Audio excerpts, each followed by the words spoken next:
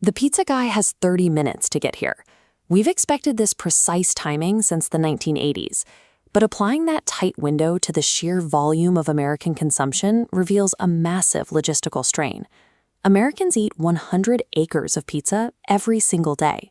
Moving that much food across cities and suburbs requires the precision of a high-throughput factory floor, where oven time and delivery routes are calculated to the second. Every operator has to balance three competing variables: speed of service, the quality of the product, meaning temperature and taste, and the scale of the operation. Maximizing one variable usually hurts the others. Baking millions of pies degrades quality, while cooking slowly to preserve taste destroys speed. Resolving this tension has been the driving force behind the industry for over a century.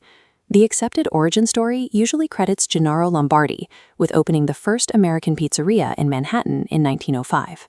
But recent reviews of historical records point to Filippo Lolone, an immigrant who arrived in 1898. Malone operated as a serial entrepreneur. He would set up a bakery or grocery in dense immigrant neighborhoods, build the customer base, and then sell the storefront to someone else to run. These neighborhood spots ticked along for decades until the end of World War II. Returning GIs had been stationed in Italy, and they came home craving the food they ate overseas.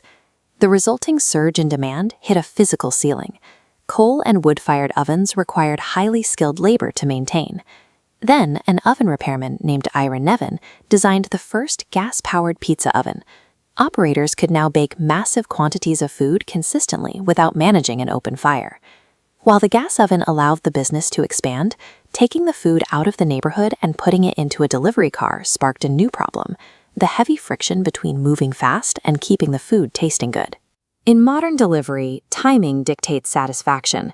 Data from thousands of orders shows a clear tipping point. When a customer waits longer than 40 minutes, their satisfaction drops sharply. Right now, carry-out orders take an average of 18 minutes to fulfill. A delivery takes roughly 36 minutes. That gap sets up a strict psychological threshold. This chart compares customer satisfaction with speed across carry-out and delivery. Because delivery takes twice as long, customers give operators a tighter margin for error.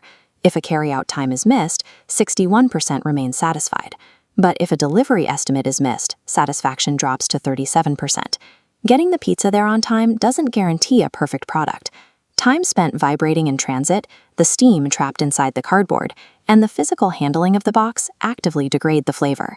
Even when deliveries arrive hot, taste ratings still fall below carryout benchmarks. To patch these physical vulnerabilities, brands use software. Adding live in-app order tracking gives customers visibility, actively increasing their tolerance for waiting. And routing calls to automated systems pushes order accuracy up to nearly 100%. Operators have pushed routing algorithms and insulated packaging to their absolute limits. To remove the gamble of the 40-minute delivery window entirely, the product had to be frozen. The U.S. frozen pizza market generated $7 billion in 2024. By moving the product into the grocery aisle, manufacturers achieve massive scale and offer immediate accessibility to the consumer. This chart tracks the projected trajectory of the frozen pizza industry, highlighting a steady 6% compound annual growth rate that pushes the sector toward $9.9 billion by 2030. A few massive conglomerates power this volume. Nestle dominates the North American market, largely thanks to its $3.7 billion acquisition of Kraft's pizza portfolio, giving it legacy brands and global distribution networks. But recently, consumer diets have significantly shifted. Challenger brands are capturing market share by producing high-quality options tailored for gluten-free, dairy-free, and plant-based needs. Scaling these high-quality frozen products exposes a major supply chain vulnerability. The entire sector relies on a finite amount of industrial cold storage space. Building new refrigerated warehouses requires specialized technology and heavy capital. Cold storage currently accounts for only 1.7% of the U.S. industrial market, and national vacancy rates sit below 4%. The freezer aisle eliminated the pressures of the delivery clock and achieved national reach, but the severe lack of physical warehousing space places a hard cap on how quickly these brands can meet changing dietary demands. From the 1890s storefront flippers to routing software shaving seconds off delivery drives to multi-billion-dollar freezer conglomerates, the product has constantly been re-engineered to reach more people.